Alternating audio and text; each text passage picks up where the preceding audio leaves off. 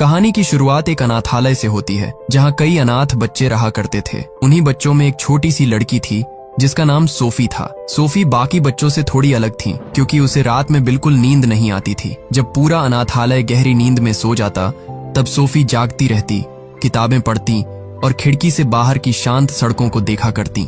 Sophie ने कई बार सुना था कि आधी रात के बाद, खासकर रात के 3 बजे, एक बहुत बड़ा और रहस्यमयी क्रिएचर शहर में आता है। कहा जाता था कि वह इतना चुपचाप चलता है कि किसी को उसकी आहट तक नहीं होती और जो भी उसे देख लेता है वह फिर कभी नजर नहीं आता। लेकिन आज तक किसी ने उसे सच में देखा नहीं था। उस रात भी सोफी अपने कमरे में बैठकर किताब पढ़ रही थी। चारों तरफ सन्नाटा था। तभी अचानक उसे बाहर से एक हल्की सी आवाज सुनाई देती है। सोफी खिड़की के पास जाती है और बाहर झांकती है। उसी वक्त गली में बिल्लियों की वजह से एक डस्टबिन नीचे गिर जाता है। सोफी पहले तो इसे एक आम आवाज समझती है, लेकिन अगले ही पल अंधेरे से एक बहुत बड़ा हाथ बाहर आता है और उस डस्टबिन को सीधा कर देता है। ये देखकर सोफी की सांसें थम जाती हैं। वह समझ जाती है कि यह कोई आम इंसान नहीं बल्कि वही रहस्यमयी दैत्य है जिसके बारे में वह अब तक सिर्फ कहानियां सुनती आई थी। डर के मारे सोफी कोई आवाज नहीं करती, लेकिन तभी उस दैत्य की नजर सीधे सोफी पर पड़ जाती है। सोफी घबराकर तुरंत वापस अपने बिस्तर में भागती है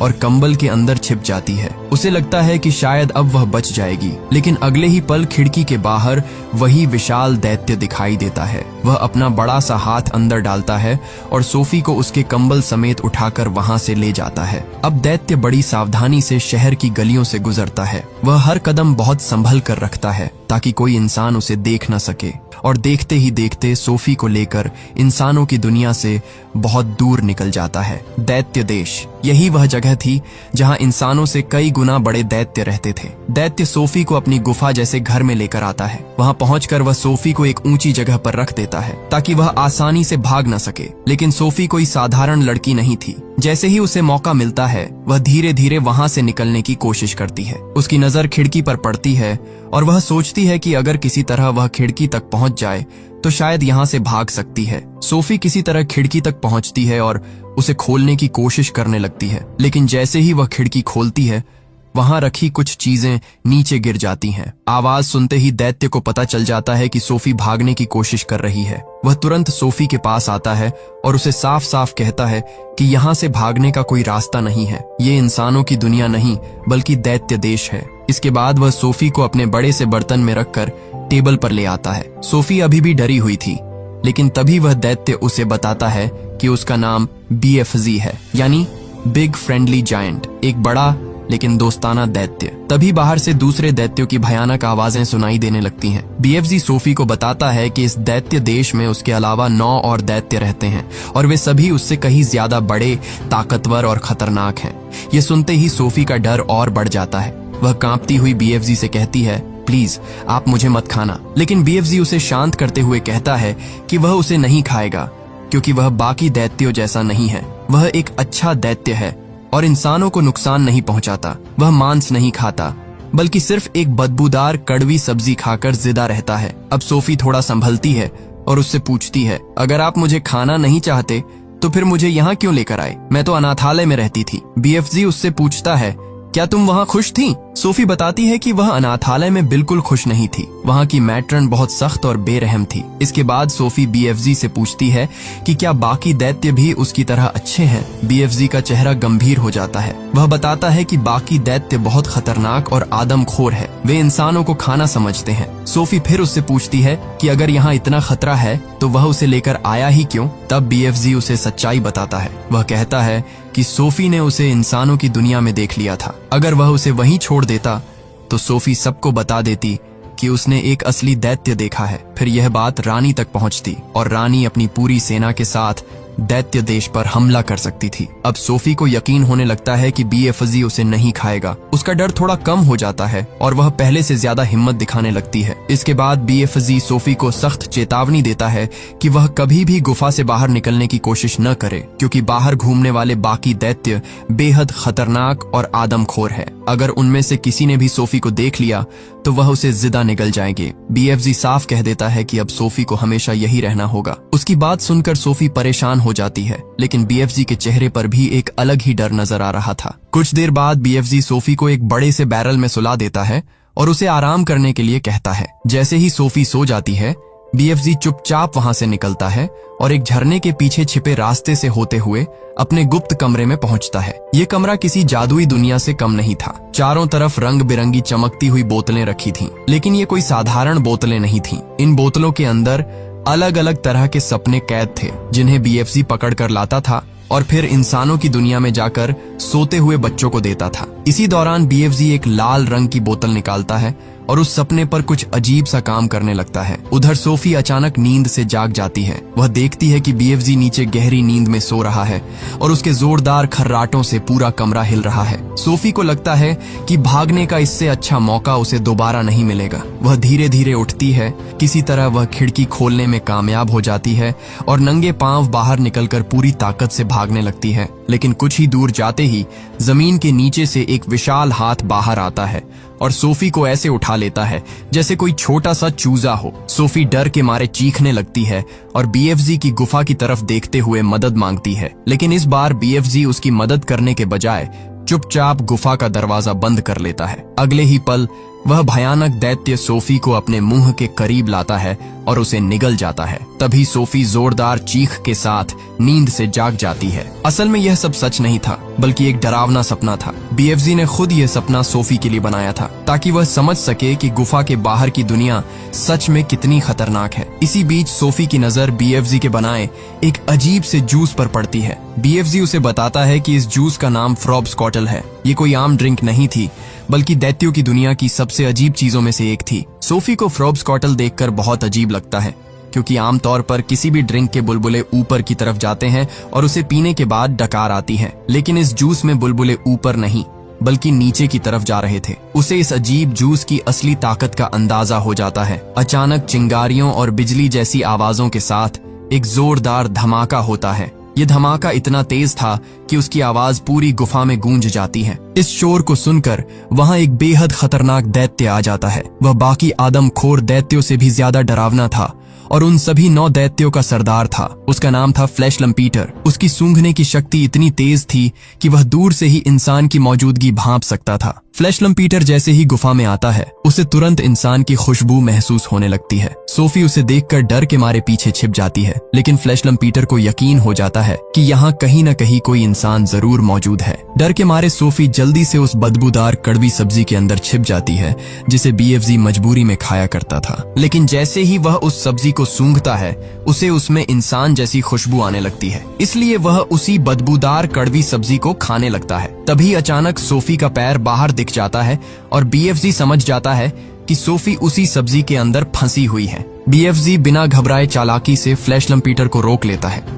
वह उसे याद दिलाता है कि उसे सब्जियों से नफरत है और वह सिर्फ मांस खाने वाला दैत्य है।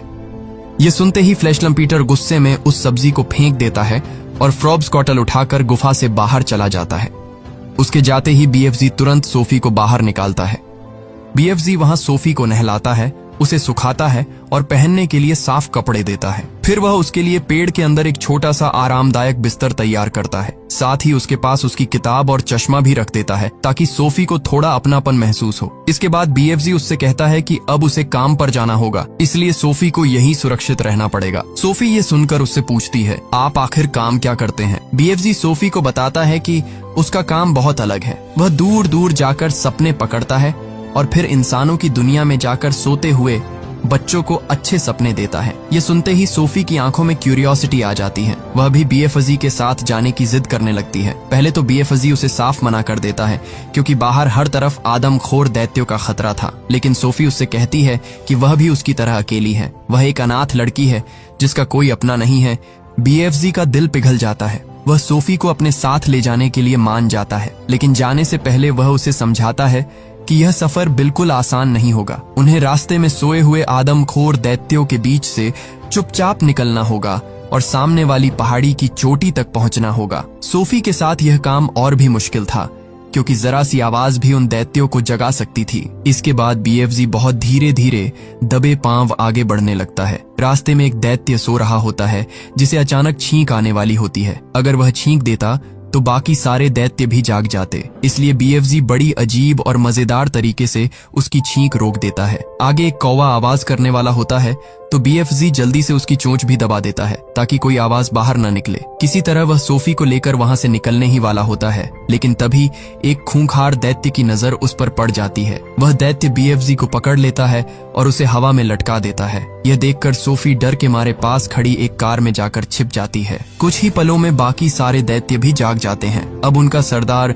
फ्लैशलम पीटर BFZ को परेशान करने के लिए एक खतरनाक खेल खेलने की सोचता है। एक दैत्य BFZ को पहाड़ी के ऊपर ले जाता है, जबकि दूसरा दैत्य सामने वाली पहाड़ी पर 2 गाड़ियों को लेकर खड़ा हो जाता है। उन्हीं गाड़ियों में से एक के अंदर सोफी छिपी हुई थी। इसके बाद वे दैत्य गाड़ियों को आपस में टकराने का खेल शुरू कर देते हैं। टक्कर बस होने ही वाली थी कि सोफी अपनी हिम्मत जुटाती है और गाड़ी का स्टीयरिंग घुमा देती है। गाड़ी रास्ता बदल लेती है और उसकी वजह से एक दैत्य बुरी तरह नीचे गिर जाता है। सोफी किसी तरह बच जाती है, लेकिन दैत्यों को यह सब देखकर और भी मजा आने लगता है। अब वे BFZ को रेत की बोरी की तरह इधर उधर उछालने लगते हैं। BFZ कमजोर था, इसलिए वह उनका मुकाबला नहीं कर पाता। सोफी यह सब देखकर बहुत डर जाती है, लेकिन तभी अचानक बारिश शुरू हो जाती है। अजीब बात यह थी कि जो दैत्य किसी इंसान, जानवर या खतरे से नहीं डरते थे, वे बारिश से बुरी तरह घबरा जाते हैं। कोई अपने छोटे से छाते के नीचे छिपने लगता है, तो कोई पेड़ उखाड़कर उसे अपने ऊपर ढाल की तरह इस्तेमाल करने लगता है। कुछ ही देर में सारे दैत्य बारिश से बचने के लिए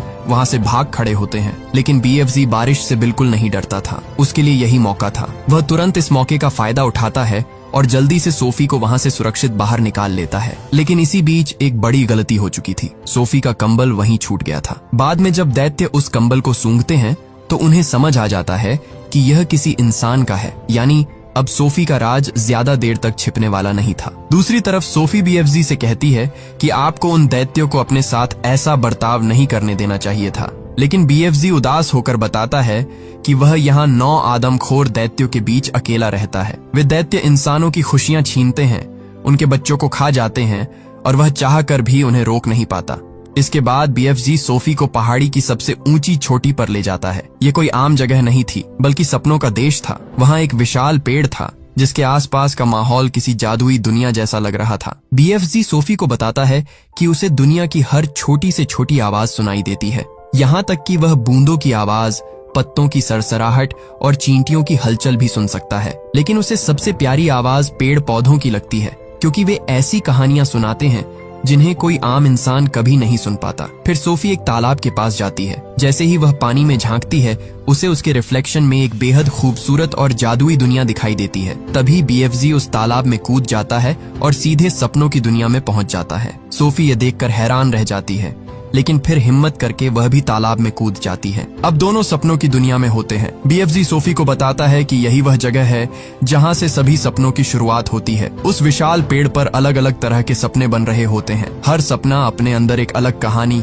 अलग एहसास और अलग आवाज लिए होता है। BFZ बताता है कि ये सपने उससे बातें करते हैं। वे उसे बताते हैं कि वे अच्छे सपने हैं या बुरे, किस बच्चे के लिए बने हैं और उनमें कौन सी भावना छिपी है। इसके बाद BFZ एक सपना पकड़ने की कोशिश करता है। सोफी उसे बताती है कि सपना किस तरफ जा रहा है, लेकिन वह सपना BFZ के पास आने के बजाय सीधे सोफी के पास चला जाता है। BFZ उसे पकड़ लेता है और फिर प्यार से सोफी को देता है। वह बताता है कि यह एक बहुत ही मुलायम और खूबसूरत सपना है। फिर वह उसे सावधानी से एक बोतल में बंद कर देता है। इसके बाद BFZ सोफी से कहता है कि वह भी कुछ सपने पकड़ कर देखे। सोफी उत्साह में उन चमकते हुए सपनों के पीछे भागने लगती है और धीरे धीरे BFZ से काफी दूर चली जाती है। तभी वहां एक अंधेरा और डरावना सपना आता है। सोफी को उसके बारे में पता नहीं होता, इसलिए वह गलती से उसी बुरे सपने को पकड़ लेती है। BFZ तुरंत उसके पास आता है और घबराकर कहता है कि यह कोई अच्छा सपना नहीं, बल्कि एक बेहद खतरनाक बुरा सपना है।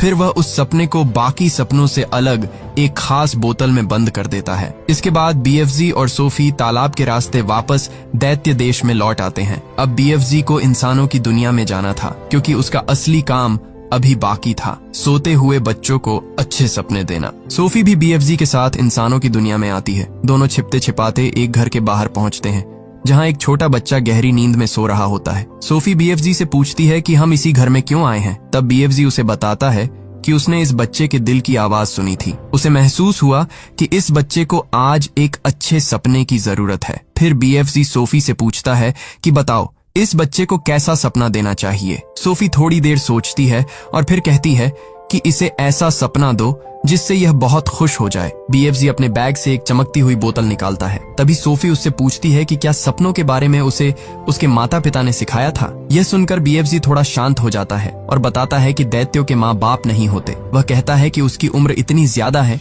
जितनी शायद इस धरती की उम्र हो। इसके बाद बीएफजी अपने लंबे ट्रम्पेट की मदद से वह सपना धीरे से उस बच्चे के कमरे में फूंक देता है। सपना बच्चे के अंदर चला जाता है और कुछ ही पलों में उसके चेहरे पर मुस्कान आ जाती है। बच्चा नींद में ही खुशी से मुस्कुराने लगता है। ये देखकर सोफी भी बहुत खुश हो जाती है, क्योंकि पहली बार उसने देखा था कि बीएफजी का काम कितना खूबसूरत है। इसके बाद दोनों वापस दैत्य देश की तरफ लौटने लगते हैं, लेकिन रास्ते में उन्हें बाकी आदमखोर दैत्य दिखाई देते हैं। वे इंसानों की दुनिया में बच्चों का शिकार करने निकले थे। उन्हें देखकर बीएफजी तुरंत छिप जाता है, क्योंकि वह जानता था कि वह अकेले उन सबको रोक नहीं सकता। इसी दौरान सोफी को याद आता है कि उसका कंबल उसके पास नहीं है। वह बीएफजी से कहती है कि उसका कंबल कहीं खो गया है। बीएफजी अपनी जेबें चेक करता है, लेकिन कंबल उसके पास भी नहीं होता। तब सोफी कहती है कि शायद वह कंबल दैत्य देश में ही छूट गया होगा। यह सुनते ही बीएफजी परेशान हो जाता है, क्योंकि अगर बाकी दैत्यों को वह कंबल मिल गया तो वे उसकी खुशबू से समझ जाएंगे कि दैत्य देश में कोई इंसान आया था, और अगर उन्हें सोफी के बारे में पता चल गया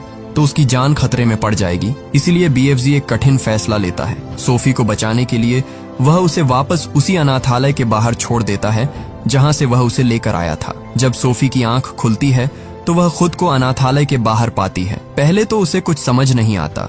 उसे लगता है कि शायद यह सब एक सपना था, लेकिन तभी छिपा हुआ बीएफजी उससे बात करता है और कहता है कि वह अपना कंबल दैत्य देश में छोड़ आई है। अब बाकी दैत्यों को उसके बारे में पता चल सकता है, इसलिए उसका बीएफजी के साथ रहना सुरक्षित नहीं है। सोफी उसे रोकने की कोशिश करती है। वह कहती है कि उसे कुछ नहीं होगा, क्योंकि अब वे दोनों अच्छे दोस्त बन चुके हैं। सोफी बीएफजी से दूर नहीं जाना चाहती थी। तभी बीएफजी उसे अपने अतीत की एक दर्दनाक बात बताता है। वह कहता है कि बहुत पहले सोफी की तरह उसका एक और इंसानी दोस्त था। उसे किताबें पढ़ना बहुत पसंद था और उसी ने बीएफजी को पढ़ना सिखाया था।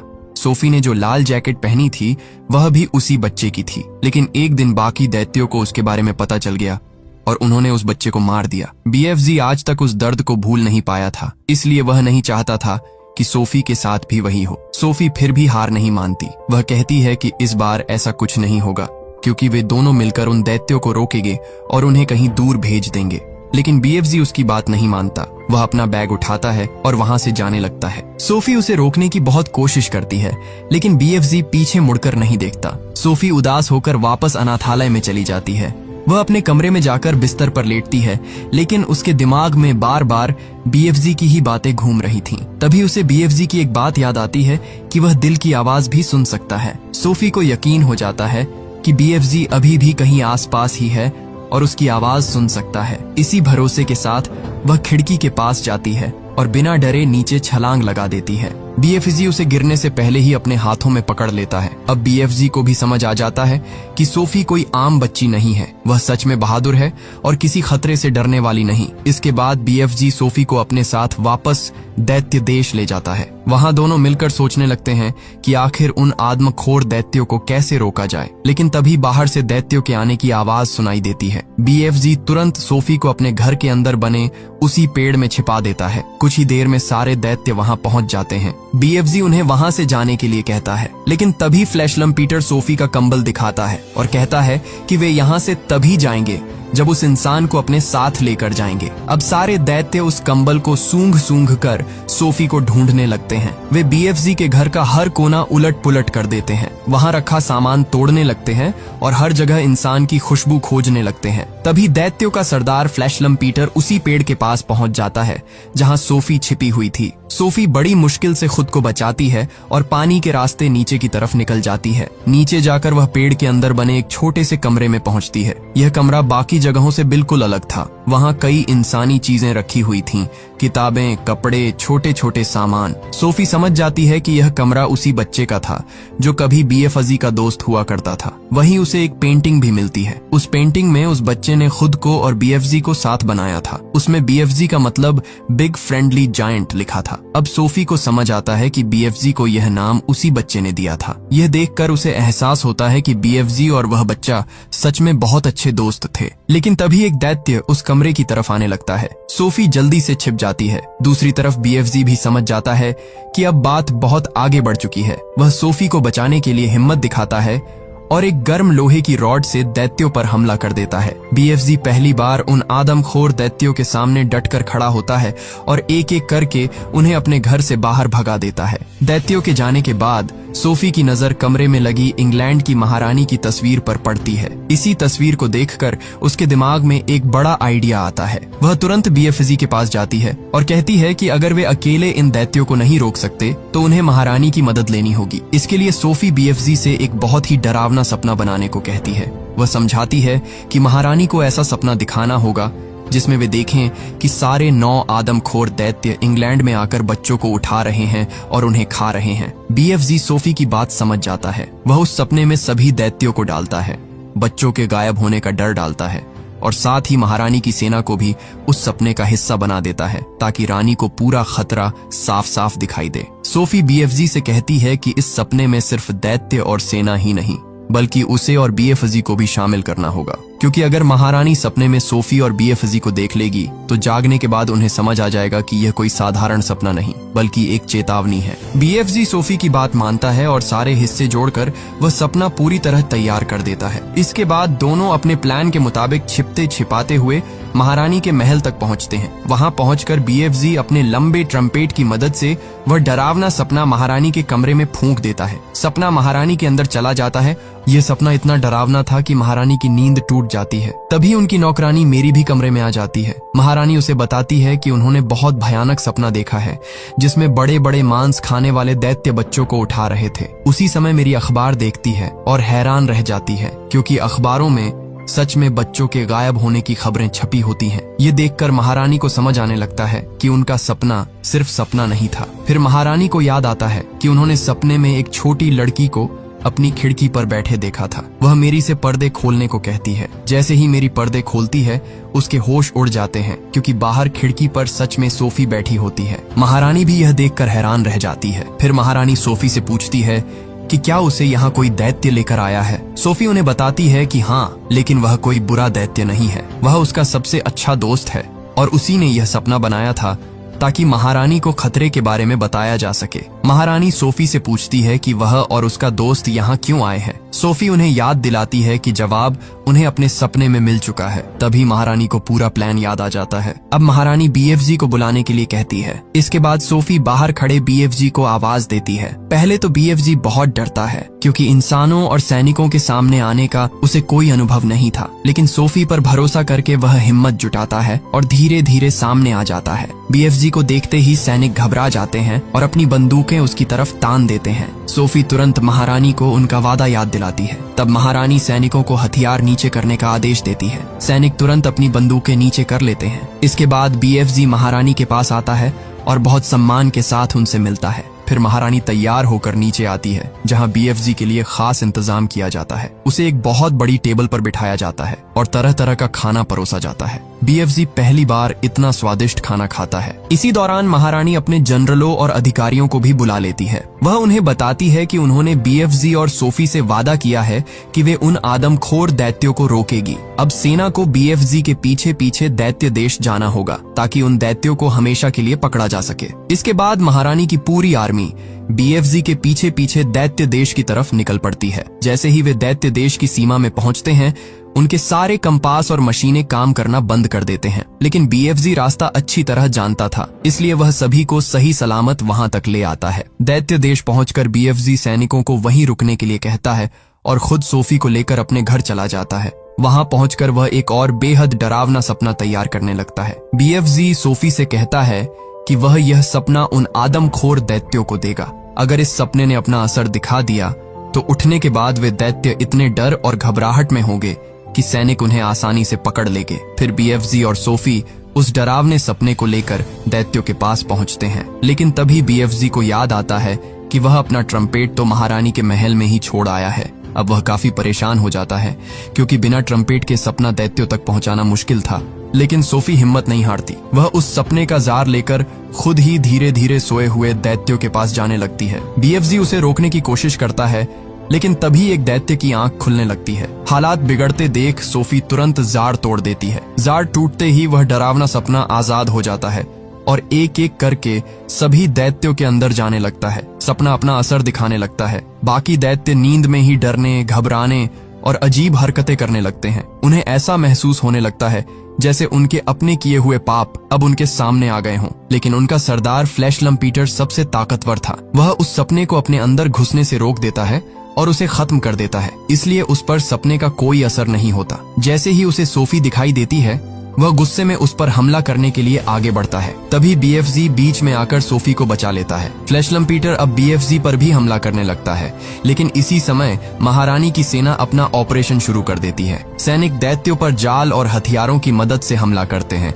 और एक एक करके सभी आदमखोर दैत्यों को पकड़ने लगते हैं। कुछ ही देर में पूरी सेना मिलकर उन सभी खतरनाक दैत्यों को काबू में कर लेती है। फिर हेलीकॉप्टर की मदद से उन्हें दैत्य देश से बहुत दूर ले जाया जाता है और समुद्र के बीचों बीच एक सुनसान आइलैंड पर छोड़ दिया जाता है, ताकि वे कभी वापस आकर इंसानों को नुकसान न पहुंचा सके। उस आइलैंड पर खाने के लिए कुछ भी नहीं था, इसलिए महारानी वहां उसी बदबूदार कड़वी सब्जी के ढेर सारे बीज गिरवा देती है, जिसे बीएफजी मजबूरी में खाया करता था। अब उन आदमखोर दैत्यों के पास जिंदगी भर वही खराब सब्जी खाने के अलावा कोई रास्ता नहीं बचता। ये देखकर वे सभी रोने और चिल्लाने लगते हैं। इसके बाद सोफी की जिंदगी भी पूरी तरह बदल जाती है। महारानी की नौकरानी मेरी सोफी को गोद ले लेती है। अब सोफी को एक नया घर, नया परिवार और एक सुरक्षित जिंदगी मिल जाती है। वही बीएफजी वापस अपनी दुनिया में लौट जाता है, लेकिन सोफी और बीएफजी की दोस्ती कभी खत्म नहीं होती। जब भी सोफी को बीएफजी की याद आती, वह अपने दिल से उससे बातें करती, क्योंकि बीएफजी दुनिया की हर फुसफुसाहट सुन सकता था।